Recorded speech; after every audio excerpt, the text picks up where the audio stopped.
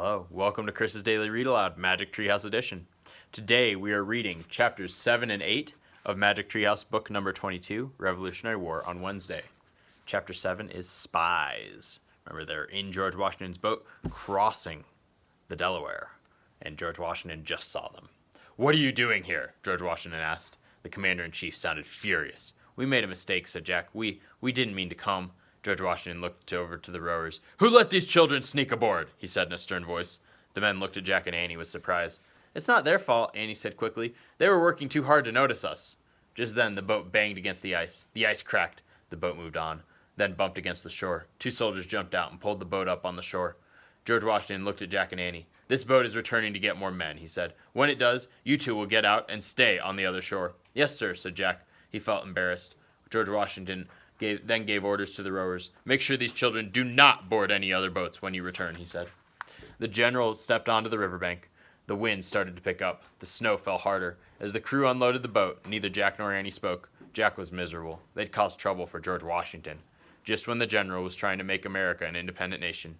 Jack desperately wished he and Annie had gotten home earlier. They watched more and more boats land on the riverbank. As the soldiers unloaded their weapons and horses, a freezing rain began.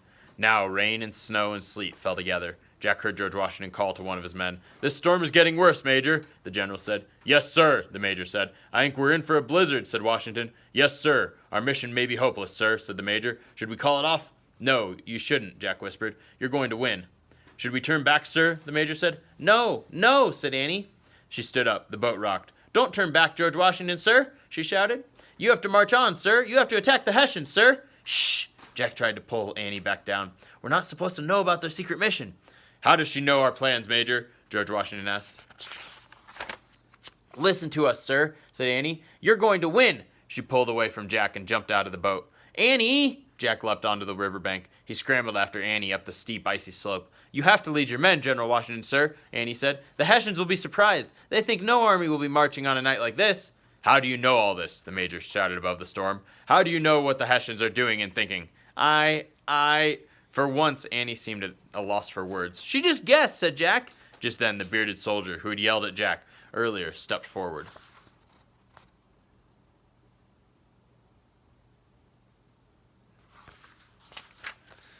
"I saw this boy earlier," he said. "He was writing things down." "No, I was just—" Jack was at a loss for words now. "Seize them!" the major shouted. "They're spies!"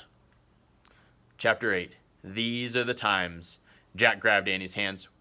"We're not spies," he said. He whirled around to face George Washington. "General Washington, remember those words you said to your men?" said Jack. "You should believe them yourself, sir." "What are you talking about?" George Washington asked. Jack yanked the captain's letter from his bag. By the light of the lamp, he read the words the captain had copied for his children. "These are the times that try men's souls," Jack read. "But he that stands it now deserves the love and thanks of man and woman. The harder the conflict, the more glorious the triumph." Jack looked at George Washington. "Even if things look impossible, you should keep going, sir," he said. "The harder things seem, the greater the triumph, right?" "That's what you read to your men. You have to keep going for their sake." "Yes, and you have to keep going for our sake," said Annie, "for the sake of the future children of America, sir." As the wet snow hissed around them, George Washington stared a long moment at Jack and Annie.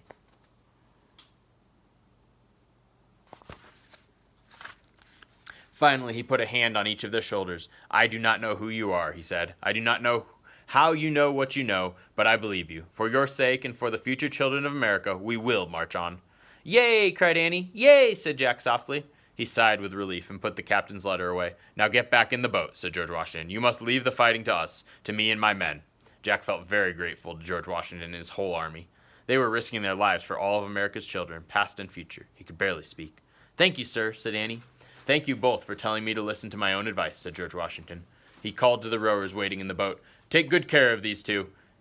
George Washington climbed onto his horse. He looked down at Jack and Annie. "Merry Christmas," he said. Then the commander-in-chief rode away into the stormy darkness. And that's the end of Chapter 8. Chapter 9 is Flash, and we will read that tomorrow. Hope you have a great day. Stay safe. Have a good one. Wash your hands. Bye.